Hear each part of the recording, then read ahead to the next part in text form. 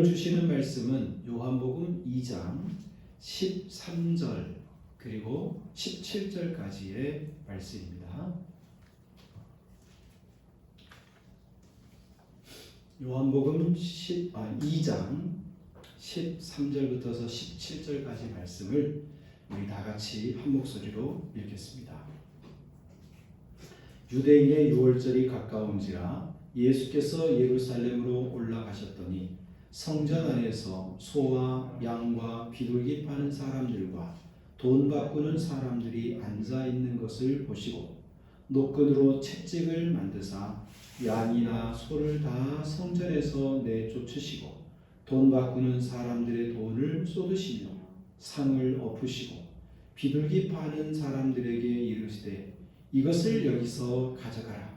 내 아버지의 집으로 장사하는 집을 만들지 말라 하시니 제자들이 성경 말씀에 주의 전을 사모하는 열심이 나를 삼키리라 한 것을 기억하더라. 아멘. 오늘은 이 본 말씀을 중심으로 성전을 깨끗하게 하시는 예수님이라는 제목으로 말씀을 나누고자 합니다. 특별히 오늘 종교개혁 기회를 맞이해서 우리가 어떻게 변화되어야 할지 그 지향점들을 새롭게 발견할 수 있었으면 좋겠습니다. 이미 말씀드린 대로 오늘은 마틴 루터에 의해서 종교개혁의 물꼬가 터진 지 504주년 되는 종교개혁 기념주일입니다.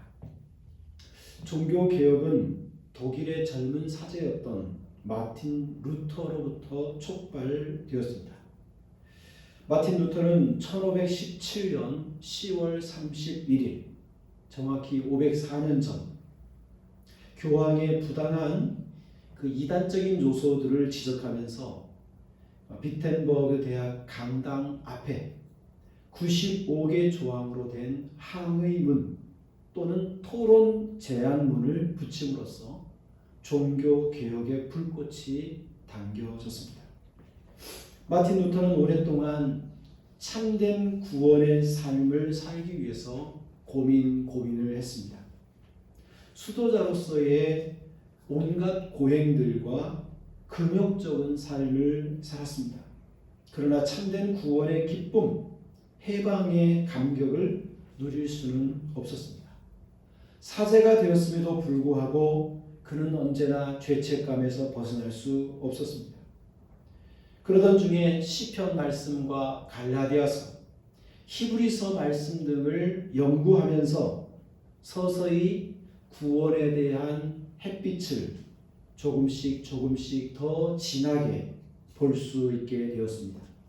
그러던 중에 로마서 1장 17절 의인은 오직 믿음으로 말미암아 살리라고 하는 이 말씀이 살아 움직여서 루터의 마음과 영혼을 휘어 감싸게 되었습니다. 그 순간 이것이야말로 구원에 이르는 길이며 믿음으로 말미암아 구원에 이른다고 하는 확신을 얻고 참된 기쁨과 감격을 누릴 수 있었습니다. 루터가 이렇게 하나님의 말씀에 의하여 믿음으로 구원받는다는 사실을 그 진리를 깨달을 즈음에 종교개혁을 촉발하는 직접적인 사건이 진행되고 있었습니다. 그것은 로마 카톨릭 교회의 교황이었던 레오 10세에 의해서 베드로 성당 건축 기금을 조달하기 위해서 면죄부 또는 속죄표라고 하는 것이 강매되고 있었습니다. 이것이 종교개혁의 직접적인 발단이 되었습니다. 로마 교황청은 면죄부 판매의 촉진을 위해서 판매 수익의 50%만 교황청에 보내고 나머지는 지방 감독들이 차지할 수 있게 해주었습니다. 또한 판매량에 따라 보상도 그들에게 더해 주었습니다. 때문에 당시 면죄부 판매자들은 말도 안 되는 비윤리적이고 비신앙적인 특별히 진리에서 어긋난 말들로 사람들을 현혹했습니다. 독일에서 면죄부 판매 책임자였던 테첼이라고 하는 사람은 이렇게 말합니다. 면죄부를 사는 사람은 죄를 용서받을 것이요 연옥에 있는 자를 사면할 수 있는데 은화가 헌금함 속에 떨어지는 소리가 나는 그 순간에 곧 천국으로 올라간다고 외칠 정도였습니다. 돈으로 죄를 용서받고 돈으로 천국을 살 수 있다고 선전한 것입니다. 그런데 이것은 명백한 거짓말이죠. 오직 의인은 믿음으로 말미암아 구원을 얻는다. 이 분명한 성경의 진리에서 너무나도 멀리 가버린 거짓 속임수였습니다. 루터는 오직 예수 그리스도를 믿음으로 그분의 십자가의 공로 아니고는 어떤 방법으로도 구원을 이룰 수 없다라고 하는 성경의 진리 가운데 사로잡혀 있었습니다. 따라서 개인의 공로나 심지어 교환의 사명권도 구원에 합당한 조건이 될 수 없다는 사실을 그는 깨달았고 그것을 사람들에게 설파하기 시작했습니다. 루터가 붙인 95개 조항에 이런 내용이 있습니다. 교황은 죄 사할 권세가 없다. 이것은 하나님의 권한이 있는 것이다. 면죄부, 속죄권은 연옥에 있는 영혼에 대하여 효력이 없다. 교황은 죽은 자에게 권한이 미치지 못하며 사죄에 필요한 것은 회개이지 돈이나 속죄권이나 교황의 중개가 아니다. 라고 선언해요. 여러분 이것은 면죄부를 판매해서는 안 된다는 말과 동시에 교황이라 할지라도 사람의 죄를 사할 수 있는 권한이 없다. 그것은 오직 하나님만의 권한이고 하나님은 죄를 사하는 유일한 방법으로 예수 그리스도의 십자가 그것을 믿는 믿음 외에는 어떤 것도 방법이 없다라는 사실을 분명하게 천명하죠. 그런데 루터가 이러한 95개 조항의 반박문을 성당에 붙인 것은 교황과 싸우고 카톨릭 교회를 뒤집어 엎으려고 하는 의도는 아니었습니다. 잘못된 것 같으니 토론해보고 바로 잡아보자라고 하는 매우 아주 충실한 카톨릭 사제의 태도였던 거죠. 그러나 루터가 전한 이 내건 95개 조항은 한 달 만에 전 유럽으로 확산되었습니다. 이것이 시발점이 되어서 각국의 개혁에 대한 강력한 도전이 일어나게 된 것이죠. 루터로 말미암아 촉발된 그리고 확산되었던 이 종교 개혁에 대한 열망은 독일의 여러 제후들이 후원해주고 동참해주면서 거대한 불꽃이 되고 유럽 전역으로 번지는 들불처럼 번져가는 붙잡을 수 없는 거룩한 열망이 되고 말았습니다. 이런 종교개혁의 열망의 그 한 중심에 존 칼빈이라고 하는 젊은이가 등장합니다. 이 칼빈은 프랑스 사람이었는데 종교개혁 사상에 서서히 감화되어 제네바에 가서 목회를 하게 됩니다. 제네바 교회를 중심으로 서서히 개혁적인 사람들이 몰려들게 되었고 그곳에서 개혁파 교회의 교리와 신앙 체계가 아주 정리가 되어집니다. 이때부터 로마 카톨릭 교회는 카톨릭 교회를 저항하는 무리라고 하는 뜻의 프로테스탄트라고 하는 이 말을 개혁파들에게 사용했습니다.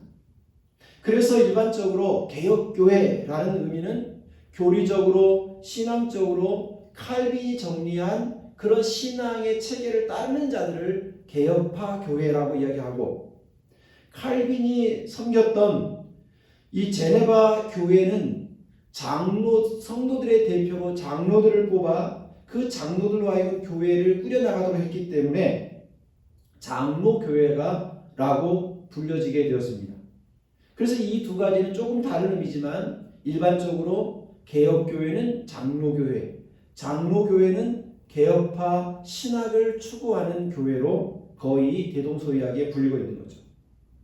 어쨌든 장로교회가 되었든 개혁교회가 되었든 간에 이 종교개혁의 당사자들은 교회는 개혁되어야 한다는 사실을 끊임없이 강조하죠. 그들의 슬로건은 개혁교회는 끊임없이 개혁되어야 한다라고 기본 원리를 제시합니다. 이 기본 원리는 5가지였는데 오직 믿음으로, 오직 성경으로, 오직 은혜로, 오직 그리스도로 말미암아, 오직 하나님의 영광을 위하여라고 하는 5가지로 집약될 수 있습니다. 믿음은 오직 구원은 믿음으로 받는 것입니다. 교회의 유일한 최종의 권위는 오직 성경에 있는 것입니다. 오직 교회에 우리가 붙잡을 것은 우리의 공로가 아니라 하나님의 은혜입니다. 다른 구원은 없습니다. 오직 그리스도 외에는 구원의 길이 없습니다. 우리의 최종적인 목표는 오직 하나님의 영광을 위한 것입니다. 이 5가지 교회 개혁의 규칙 가운데 그들은 삶의 자리에서 언제나 하나님 앞에 있다라고 하는 코람데오 정신을 유지하고 있었습니다. 그래서 엄청난 핍박과 박해 속에서도 두려움과 떨림 속에서도 하나님 앞에 있기에 우리에게 주신 개혁의 막중한 사명을 포기할 수 없다라고 이야기하며 그는 매 순간 언제나 어디서나 하나님 앞에서 살려고 힘써 노력한 것이죠. 그것이 오늘 우리날 개혁교회 장로교회의 출발이 되었던 것입니다. 그렇다면 이 개혁자들이 부르짖었던 개혁된 교회는 끊임없이 개혁되어야 한다. 왜 교회는 끊임없이 개혁되고 개혁되어야 하는 것일까요? 그 이유는 첫 번째로 개혁을 멈추면 우리는 쉽게 부패하기 때문에 그렇습니다. 고인물이 썩는 것처럼 새로워지려고 하는 거룩한 열망이 꺼지면 그것은 언제나 부패의 온상이 되기 때문입니다. 예수님 이후 첫 번째 교회였던 예루살렘 교회는 모든 교회의 표상입니다. 하지만 12사도가 목회하던 예루살렘 교회도 문제가 있었습니다. 세상에는 문제없는 교회, 이 지상에서 완전한 교회는 있을 수 없죠. 날마다 문제를 우리는 만들어냅니다. 요즘 집에서 쓰레기 분리수거를 하다 보면 매주마다 느끼는 감정은 야, 우리가 살아가는 내내 쓰레기를 생산해내며 살고 있구나 라고 하는 불편함입니다. 여러분, 이 땅의 모든 교회도 하나님의 교회가 되기 위해서 열심히 힘써 노력하지만 그러나 완전하진 않아요. 항상 문제가 나타나죠. 그러기에 교회는 계속해서 개혁해 가야 하는 거죠. 특별히 오늘날 우리가 살고 있는 세상은 엄청난 속도로 변화하고 있습니다. 어제의 하이테크 기술이 몇 달 못 가서 몇 년이 지나면 구시대 유물이 되고 맙니다. 예전에는 영화 속에서나 상상할 수 있었던 일들이 현실 속에서 구현되고 있습니다. 동시에 예상치 못했고 전혀 예측할 수 없었던 문제들, 사건들, 사고들, 동시에 부패와 타락한 모습들이 이 세상에서 끝없이 나타나죠. 그러기에 이런 변화되는 세상, 어두워지는 세상 속에 교회가 희망이 되고 대답이 되려면 우리는 매 순간 개혁적인 삶의 태도로 우리 자신과 교회를 하나님의 말씀에 맞추어 계속해서 개혁해 나가야 하는 것입니다. 여러분, 지금 한국 교회는 참으로 개혁이 요청되고 있는 때인 것 같습니다. 여러분, 우리가 이 말하는 개혁이라는 것이 어떤 의미의 개혁일까요? 그것은 교회의 개혁이란 변질된 신앙을 하나님의 말씀으로 바로 잡는 것, 바르게 되돌려 놓는 것, 그것이 교회 개혁의 의미겠죠. 그러나 이 개혁이라는 말은, 개혁이라고 하는 것은 말처럼 그렇게 쉽게 되는 것은 아닌 것이 분명합니다. 우리말 개혁의 한자 표현을 풀이해보면 개혁은 이런 뜻입니다. 고칠 개 가죽 형. 이것은 산 사람의 피부를 벗기는 고통스러운 과정을 의미합니다. 여러분, 어떻게 자기 자신의 껍질을 벗길 수 있습니까? 불가능해 보입니다. 그러나 그러기에 개혁이란 이렇게 힘들고 어려운 것이죠. 불사조처럼 자기 자신을 불태우고 그러난 다음에 다시금 그 타오르는 불 속에서 새로운 생명력을 얻어내는 것, 이게 결코 쉬운 일이 아니죠. 영어로 개혁을 리폼드라고 합니다. 이것은 두 가지 의미를 내포한다고 합니다. 리빌딩, 과거의 것을 부수고 새롭게 세우는 거죠. 그리고 리뉴얼, 기존의 것을 다시금 새롭게 바르게 구성하는 것, 일종의 갱신의 의미를 가지고 있습니다. 여러분, 우리 아파트도 겉만 색칠한다고 해서 뭔가 달라지는 게 아니잖아요. 정말 달라지려면 완전히 부순 다음에 새롭게 건축하는 것, 이게 지금 우리에게 있어서는 그런 의미죠. 근데 여러분, 이것이 그냥 하루아침에 되는 게 아니잖아요. 자기를 깨부수고 자기 자신을 허물어뜨리지 않으면 이 개혁이란 이루어질 수 없다는 의미들을 가지고 있는 것입니다. 이처럼 개혁은 말이 아니라 가죽을 벗기는 고통이 따르고 철저히 자기 자신을 부수고 부정하는 어려운 작업, 그리고 나아갈 방향 목표를 위해서 모든 것을 희생하는 이 어려운 과정이 있는 겁니다. 그렇기 때문에 개혁이 어렵기에 사람들이 자꾸 주저하고 머뭇거리고 포기하는 것이죠. 솔직히 한국 교회를 향한 비판의 목소리는 과거 어느 때보다 크게 들리고 있습니다. 특별히 한국 교회의 오늘날의 문제들을 보면 신학의 변질 속에서 이단들이 난립하고 있습니다. 여러분, 이단들만 탓할 문제가 아니고 이건 교회가 세워지지 않으면 끝없이 이단들이 속출할 것을 예고하고 있는 것이죠. 교회의 신학 중에 우리 한국 교회를 가장 힘들게 하는 것이 세속주의입니다. 세상과 방식, 세상처럼 성장하고 더 커지고 더 높아지지 않으면 퇴보가 된다고 하는 이 사상이 우리 교회 안에 너무나도 많이 뿌리내려 있습니다. 이 세속주의의 핵심은 물질주의죠. 물량주의, 재물, 물질적 성공, 이것이 가장 중요한 가치가 되어 있는 거예요. 하나님이 원하시는지 뜻하시는 것인지 그것과는 관계없이 이 방법으로 교회가 성장하고 그 성장의 결과로 교회의 재산이 증식될 수 있는지 없는지, 이것이 우리에게 매우 중요한 판단의 기준들이 되고 있다는 거예요. 특별히 교회의 이 부동산이 점점점 커지고 그럼에 따라서 교회에 일하는 분들의 재산도 함께 증식해가는 이런 모습들은 세상 사람들이 앞서서 우리를 비판하고 있는 내용이기도 합니다. 이런 세속주의의 또 다른 모습은 편리주의입니다. 편한 것이 좋은 거예요. 그 편리의 기준은 자기예요. 하나님의 관점이나 하나님의 뜻과는 관계없이 내가 좋으면 하는 거예요. 내가 원하고 내가 편한 쪽으로 모든 것이 되어야만 은혜로운 것이고 좋은 것이라고 하는 이 사고가 우리 교회에 팽배해 있죠. 근데 이러한 문제들은요, 사실은 교회의 근본적인 위기로 들어가게 됩니다.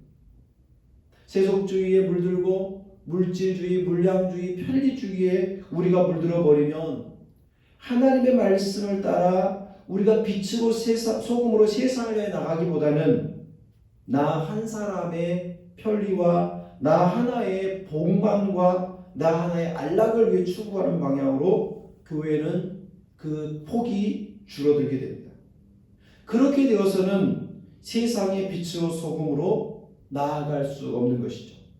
동시에 이러한 세속주의에 물든 교회는 자기 자신을 개혁하기를 주저하고 있습니다. 지금 한국 교회에 정말 개혁의 의지가 있느냐라고 반문하는 이들이 많이 있습니다. 과연 교회가 스스로 자성적인 능력을 통해 교회가 스스로 개혁할 수 있는 동력을 품고 있느냐라고 묻는 이 질문 앞에 교회들은 많이 주저하고 두려워만 하고 있다고 합니다. 그러나 우리가 이렇게 개혁하지 못한다면 15세기, 16세기 부패한 로마 교회를 향하여 하나님께서 종교개혁의 횃불을 들어 올렸던 것처럼 어쩌면 우리도 한국교회도 타의에 의해서 교회가 새로워지도록 요청하는 이 불꽃은 교회를 향하여 더 엄습해 올지 모르겠습니다. 오늘 본문처럼 예수님께서 친히 말할 수 없는 분노로 우리를 징계하고 채찍을 들어 청소하셨던 예수님처럼 우리에게도 그런 징계의 날들이 더 거세게 불어닥칠지 모르는 일입니다. 종교개혁은 16세기에만 있었던 것이 아니죠. 구약 성경에 보면 아사, 여호사밧, 우시야, 히스기야 등 왕들을 통해서도 있었고 엘리야, 이사야, 에레미야, 호세아 같은 선지자들을 통해서도 종교개혁이 시도되었습니다. 또한 우리의 믿음의 주인이신 예수님께서도 친히 개혁하시는 성전을 정결케 하시는 사건을 일으키셨습니다. 예수님의 기록을 보면 복음서를 보면 예수님께서 성전을 깨끗하게 하신 사건이 사복음서 모두 공통으로 기록되어 있습니다. 그런데 이 복음서들을 차례대로 놓고 펼쳐놓고 보면 약간 시간적인 차이가 있습니다. 오늘 우리가 본문으로 삼은 요한복음의 성전을 깨끗하게 한 사건은 예수님이 공생애를 시작한 아주 초창기에 일어난 사건입니다.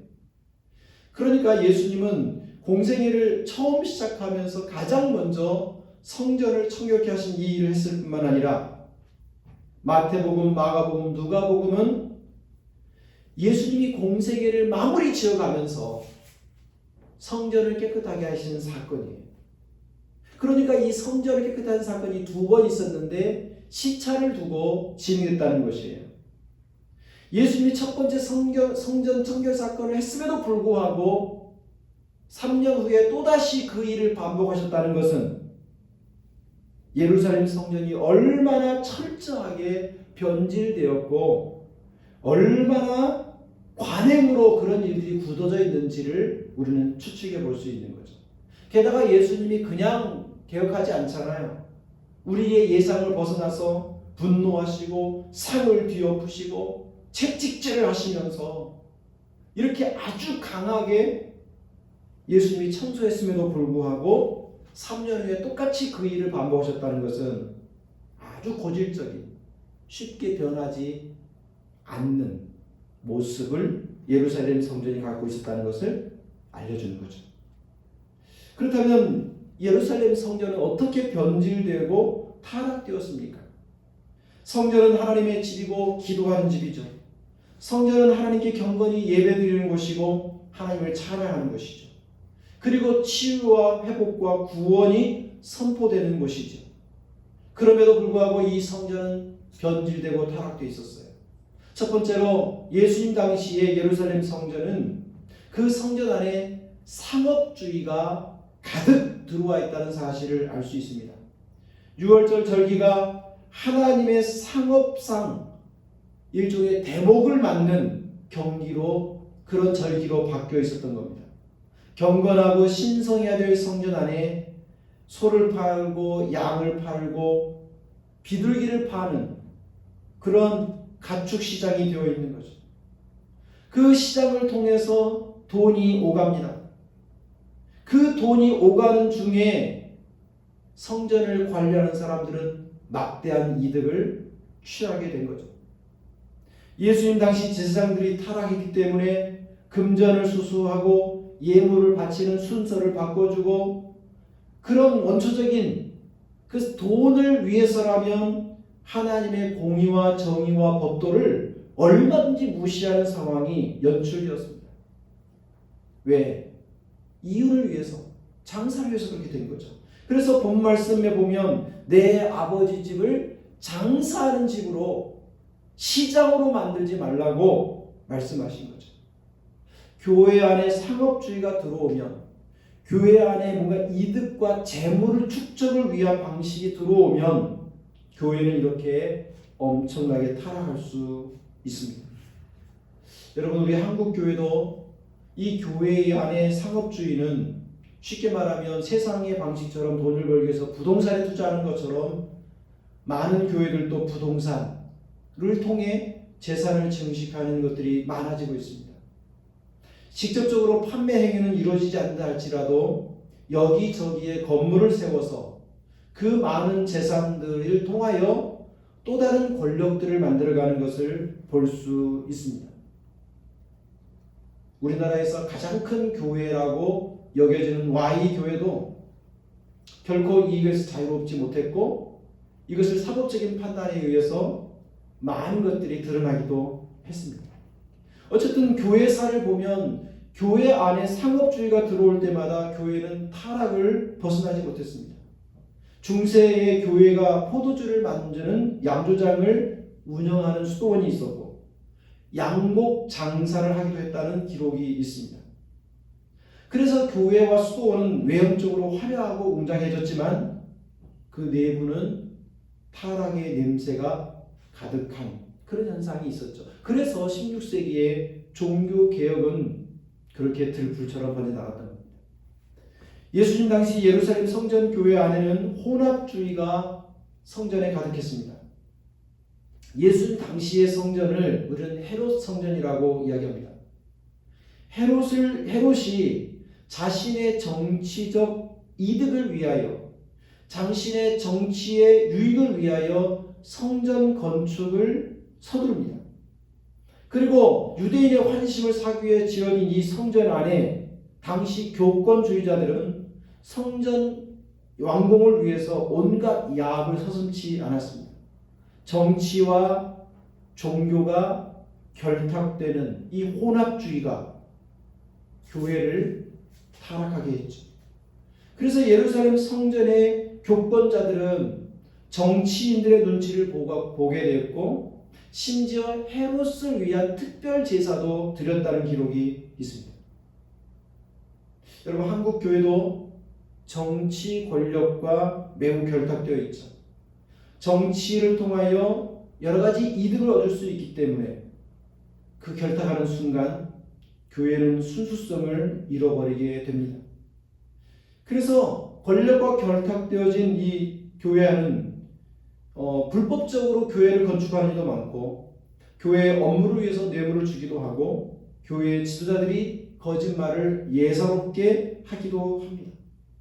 결코 이러한 방식은 하나님이 원치 않는 방식임에도 불구하고 이런 문제들이 지금 한국 교회 안에도 들어와 있는 거죠. 세 번째로 예루살렘 교회는 교권주의가 교회 안에 가득했습니다. 당시 성전은 하나님의 집이잖아요. 그럼에도 불구하고 이 성전의 주인은 대제사장을 비롯한 교권자들의 몫이었습니다. 성전의 주인은 하나님이 아니라 성전의 주인은 대제사장, 그리고 대제사장이 주인이기 때문에 상인들에게 돈을 주고 그 안에서 장사를 하도록 허락한 것이죠. 어느 시대를 막론하고 교권주의는 윤리적인 타락을 가속화시키고 성직자들과 또 그 안에서 일하는 사람들 역시도 또 다른 이유를 위해서 교회를 수단화함으로 계속해서 교회를 더욱 타락을 가속화시킵니다. 한국 교회 안에도 교회가 하나님의 교회, 하나님이 주인되는 교회보다는 사람이 주인되는 교회가 점점 많아지고 있음을 우리 모두가 느끼고 있습니다. 성직자들은 소명의식보다는 직업의식이 앞장섭니다. 그래서 교회의 새로운 목사를 초빙할 때도 그의 신앙과 그의 순수함과 진리에 입각한 태도인지 아닌지보다는 그가 얼마나 고학력자이며 어떤 학위와 학력을 가졌는지를 봅니다. 교회가 점점점 대형화되면서 수많은 사람들이 모이기에 그 안에서 인기와 명예가 점점점 커지죠. 그 인기와 명예는 또 다른 권력이 되어서 자신의 불법을 그냥 매도하는, 덮어버리는 수단으로 진행됩니다.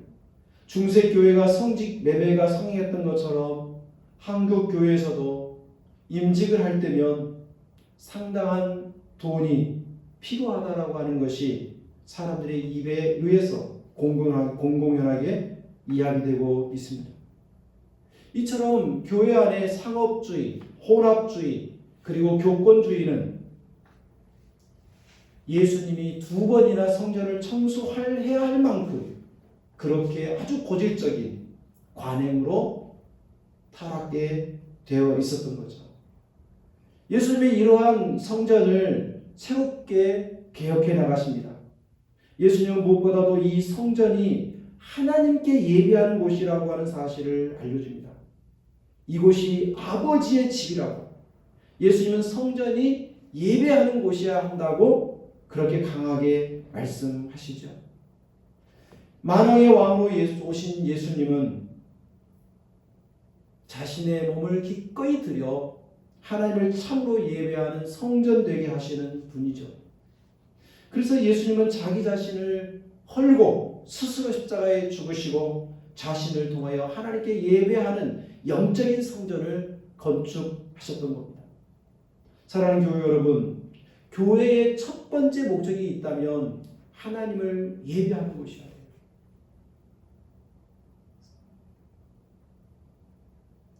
오늘 우리 여기 뉴서울 아파트 상가에 있는 이곳도 성전이지만 여러분의 가정도, 심지어 작게 말하면 여러분 한 사람 한 사람도 하나님이 거하시는 성전이기에 우리 자신의 삶, 내 존재 자체가 성전임을 기억하고 나를 통하여 하나님께 영광 돌리는 그 성전됨을 날마다 인식하며 살아가도록 주님은 우리에게 지금도 촉구하고 계시는 거죠. 예수님은 마태복음 21장에 보면 이 성전 청소하는 사건을 통해서도 말씀하신 것처럼 내 집은 만민이 기도하는 집이다 라고 선언해 주시죠. 여러분, 하나님께서 우리에게 이렇게 교회를 주신 이유가 뭘까요? 예배함과 동시에 그 예배를 통하여 하나님과의 만남을 갖기 위함이겠죠. 우리가 하나님께 나아갈 때 하나님과의 만남을 이룰 수 있는 중요한 도구가 있다면 그것은 바로 기도입니다. 예배당 성전을 상업 행위를 통하여 뭔가 이득을 얻어내는 공간으로 만들었던 이 예수님 당시의 성전을 예수님은 그들을 내쫓으시면서 만민이 기도하는 집이 되어야 된다고 말씀하십니다. 여러분, 우리 기쁨의 교회가 교회로서의 참된 사명을 회복하기 위해서는 이 기도의 역사가, 기도의 향기가 다시금 회복되어야 하는 것입니다. 그래서 이제 내일부터서 21일 동안 매일 밤마다 이곳에서 함께 기도했으면 해요. 여러 사람이 아니어도 단 한 사람이라 할지라도 이 교회에서 하나님 앞에 기도할 때 그 기도를 통하여 다시금 하나님의 회복의 역사를 일으켜 주시기를 소망합니다. 또한 예수님은 이 성전을 축복하는 곳으로 회복시키기를 원하셨습니다. 마태복음 21장에 보면 소경, 저른 사람들이 성전에 계시는 예수님께 나오니까 고쳐졌다라고 하는 말씀이 있습니다. 예수님이 이 세상에 오셔서 하셨던 3가지 일을 가르치시고 전파하시고 고쳐주셨다라고 성경은 그렇게 정리를 해요. 근데 이 3가지 사역의 굉장히 중요한 공간적 배경이 바로 예루살렘 성전이었습니다. 그래서 이 성전은 하나님께서 가르치심을 주시고 복음을 전함과 동시에 치료하고 회복하여 그들을 온전케 하시는 참으로 복을 주시는 곳이죠. 그리고 구약 성경에는 출애굽기 20장 24절에 보니까 내가 내 이름을 기념하게 하는 모든 곳에서 내게 임하여 복을 주리라 라고 말씀하십니다. 이것은 하나님의 성막, 그리고 나중에 성전, 그리고 오늘날 교회를 향하신 하나님의 메시지예요. 바로 이 교회를 통하여 하나님이 복을 주겠다는 것입니다. 사랑하는 여러분, 교회 공간에 있다고 해서 복 받는 건 아니지만 주님의 성전을 사랑하고 주님을 예배하고 기도하기를 힘쓸 때 하나님은 그곳에 참된 복을 우리가 알지 못하고 돈으로 계산되지 않는 그 엄청난 또 다른 복들이 우리에게 주어진다는 사실을 기억하며 주의 몸된 교회를 아름답게 만들어가는 우리가 될 수 있기를 소망합니다. 사랑하는 교회 여러분, 예루살렘 성전에 수많은 타락이 있었지만 그들은 그곳에서 외식하고 형식으로 그리고 물질로 자신들의 편리를 위해서 재물을 그것에서 쉽게 구하는 방식으로 그 성전을 타락시켰습니다. 오늘날 한국 교회도 이 예루살렘 성전과 같은 모습이 없다고 할 수 없습니다. 이 정도면 됐겠지가 아니라 하나님이 기뻐하는 모습으로 조금이라도 더 거룩하고 깨끗해져야겠지라고 하는 마음으로 우리 자신을 살펴보면 우리 역시도 지금 개혁되어야 될 필요가 있는 것이죠. 무엇보다도 성전을 장사하는 곳, 이득을 얻는 곳이 아니라 기도하는 곳이라고 말씀하셨던 주의 메시지가 오늘 우리에게 새롭게 들리기를 소망합니다. 우리가 이곳에서 무슨 이득을 볼 수 있는 건 아니지만 그러나 영적인 이득을 얻기 위하여 기도하는 곳으로 이것을 만들어 가야 할 것입니다. 그것이 성전을 성전되게 하는, 교회를 교회되게 하는 중요한 힘이 될 것입니다. 부디 내일부터 시작되는 이 다니엘 기도회를 통해서 우리가 몸과 마음과 영혼이 하나님께 나아가고 그 시간을 통하여 우리가 새로워질 수 있는 은혜가 임하기를 소망합니다. 혹 이 현장에 나올 수 없다 하더라도 자신의 삶의 자리에서 공간을 분리하고 시간을 분리해서 하나님께 은혜를 사모하며 그 은혜를 나누고 또 기도함으로 여러분이 새로운 개혁의 불꽃으로, 그래서 이 기간을 통하여 우리 남은 인생을 새롭게 만들어가는 개혁의 출발점이 될 수 있기로 삼아주시기를 부탁을 드립니다. 기도하겠습니다. 하나님 아버지, 종교개혁 504주년 기념주일을 예배드리면서 성전을 깨끗하게 하셨던 예수님의 모습을 다시 한번 보게 됩니다. 성전이 성전답지 못할 때 주님의 분노와 진노의 채찍이 임했던 것을 기억하면 우리도 지금 이 모습 이대로는 안 되겠다고 하는 생각을 하게 됩니다. 우리 안에 개혁의 능력과 힘이 없사오니 기도할 때 힘 주시고 능력 주셔서 교회를 새롭게 하고 더 나아가 우리의 삶을 새롭게 하고 우리가 살아가는 이 시대를 조금이나마 더 새롭게 만들어가는 개혁자들이 되게 하여 주옵소서. 예수님의 이름으로 기도드립니다. 아멘.